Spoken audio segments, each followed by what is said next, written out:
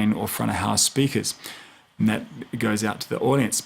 Now, these speakers are pointed out to the audience, and our musicians don't really hear it. We need to fold back a mix to our musicians through either on-stage monitors or in-ear monitors. We'll look at how we do this specifically in using a mixer section in the course, but let me say really quickly that it is done through aux sends on either the main mixer or a separate monitor mixer on the side of the stage. In most small to mid-sized situations, you'll run the monitor mix from the main mixer here. You'll see the musician from the stage, and maybe they'll say something like, "Can I have more keyboards in my monitor?" Or maybe you can kill the bass in my in-ear monitors. I can hear him fine because I'm like right next to him. In any case, every musician will have a different need or different taste in what they want in their monitor mix, and it'll have nothing to do with the mix that you blend for the audience through the main speakers or the front of house speakers. The blend out of the main speakers should sound like a record, right? A full mix of all the instruments, but a musician's need in terms of their monitor mix is completely different.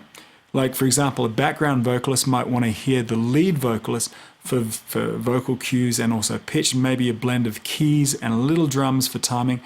Maybe the bass player wants no backing vocalist and just drums so he can play really tightly with that drummer, in terms of time-wise. Now, this, my friends, is where you need to think like a musician. Don't just put on your geek hat and say, well, they can have all the same mix. If a musician has the right blend of instruments and vocals that help him or her play in time and in pitch, that helps everybody, right? Very often I'll hear a guitarist who is consistently playing behind the beat, and I'll realize, what? I think they're actually far apart from the drummer, and he's in one of those isolation booths, and the guitarist simply can't hear the drummer, or if he does hear him, the sound is taking too long to get through the air. Often I'll add a little hi-hat and snare to the guitarist's monitor mix, and bang, the guitarist gets back in time instantly, just like that. So that's why in a larger situation where the sound guy is a long way away from the musicians, that a dedicated monitor mixer is placed just off to the side of the stage. That way the musicians can communicate their needs more easily when there is a dedicated person running monitors just off to the side of the stage. This is kind of a tough call, as many times it's hard to find just one person to be the sound guy alone, let alone the luxury of having a second guy off to the side of the stage. But if you can, that person can be a really great lifesaver in terms of being close to the band and also having that added benefit to be kind of a runner or a troubleshooter kind of person. So you don't have to leave your front of house position, mixer position, and run all the way up to stage. Any way you do it, basically monitors are a crucial part of your sound system, and a good mix sent to your musicians will always give you the best performances. In terms of gear, it's very similar to the speaker amp thing that we looked at. You can have powered monitors on stage, or you can have separate amps and monitors, even in-ear monitors as well. Now, both of these solutions are fed by aux sends that we'll look at in detail in using the mixing console later on. There are even solutions that place the monitor mixing decision on stage with the musicians having their own little personal mixers to do their own monitor mixing. But for a general overview of monitor mixing, you can see articles and also our buying guide at the following link below. Okay, so everything we've looked at has been some part of the signal chain between getting the signal from the stage through to the mixer, through to the amps and speakers. Kind of like just boringly moving the signal along, but sometimes you want to add a little spice in the signal chain. You can do that with effects.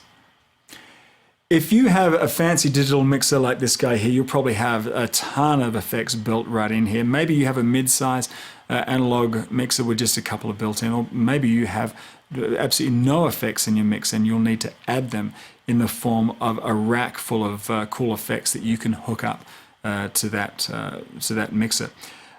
Here are some categories of effects that are useful to have in your bag of tricks.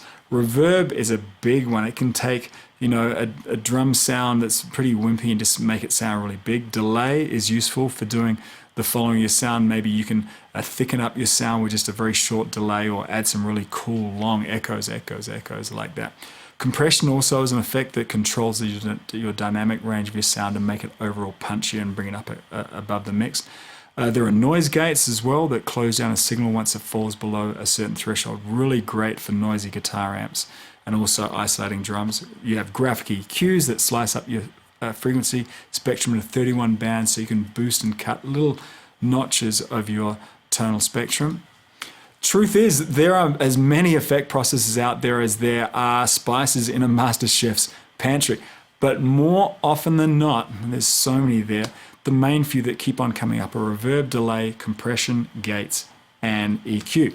Now, these can be placed across just a single channel, like in the example of compressing a lead vocal, or placed across multiple channels, all in differing amounts, like reverb across drums, vocals, and guitars. We'll look at how to route them in the using a mixer section, and also how to use them in a mix in the mixing section here. But for now, you can see the related articles and buying guides at the following link below. Okay, so rounding out our equipment section are the microphones and also wireless systems. Back in the old days, you just had a couple of handheld mics like the Shure SM58 and just plugged them into your mixer, straight in your mixer, and away you go right there. There are many different types of microphones today, and also ways to connect them wirelessly into your mixer. Let's start out with the two main types that you'll be coming across. Dynamic microphones are the simplest and most sturdy types that you can get.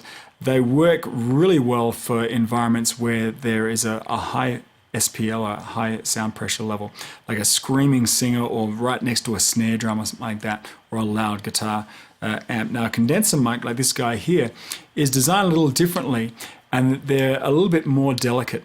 You might generally see these more in recording studios than on stage, though there are a number of the more sturdy ones that have come out recently. Great for miking up pianos, things like that. If a smooth, high frequency response is important, then a condenser mic is probably the way to go. For instance, on say the overhead of a drum kit where you want to bring up the shimmer of those cymbals, then a condenser mic would be my choice. Not particularly this one, but to give you kind of an idea. If a loud snare drum, then probably a dynamic here. And one thing to note is the condenser mic does need to have power to operate them. Dynamic mics are passive. You just plug them in and play. Condenser mics either need a built-in battery or maybe phantom power supplied through your mixing board.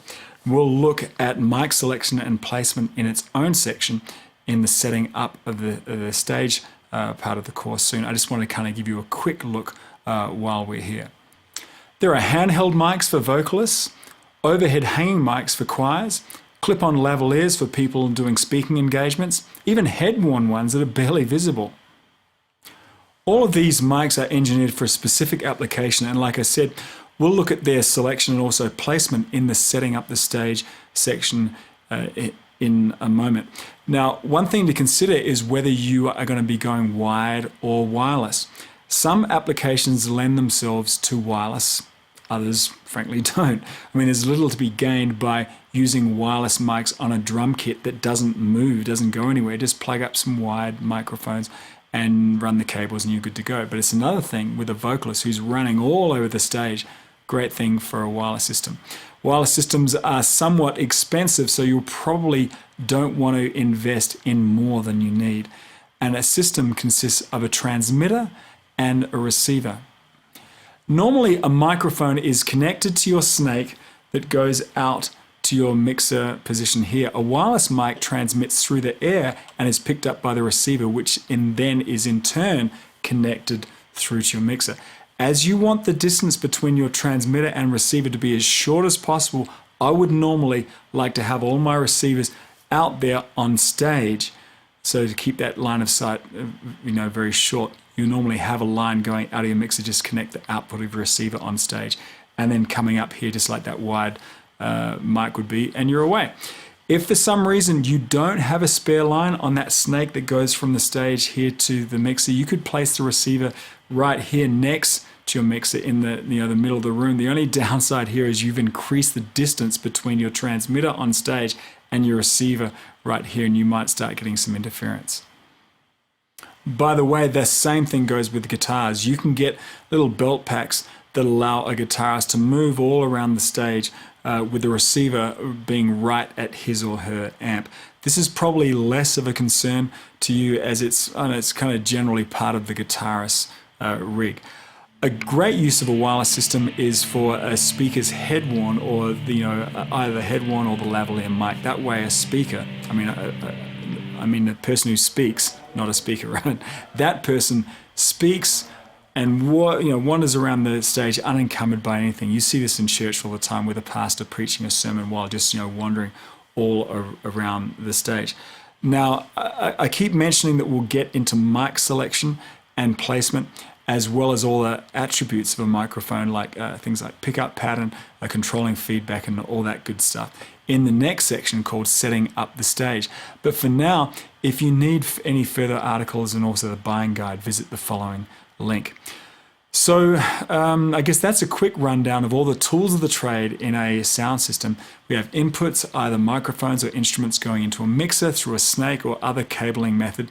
Then that mixer sending out a mixed signal into the main speakers through amps and processors for the audience to hear, and also back to the stage for the musicians to hear. You can also tweak and sweeten the sound via some effects on board right here. That's kind of the nickel tour of everything that's going on. Let's take a practical hands-on view in the next section.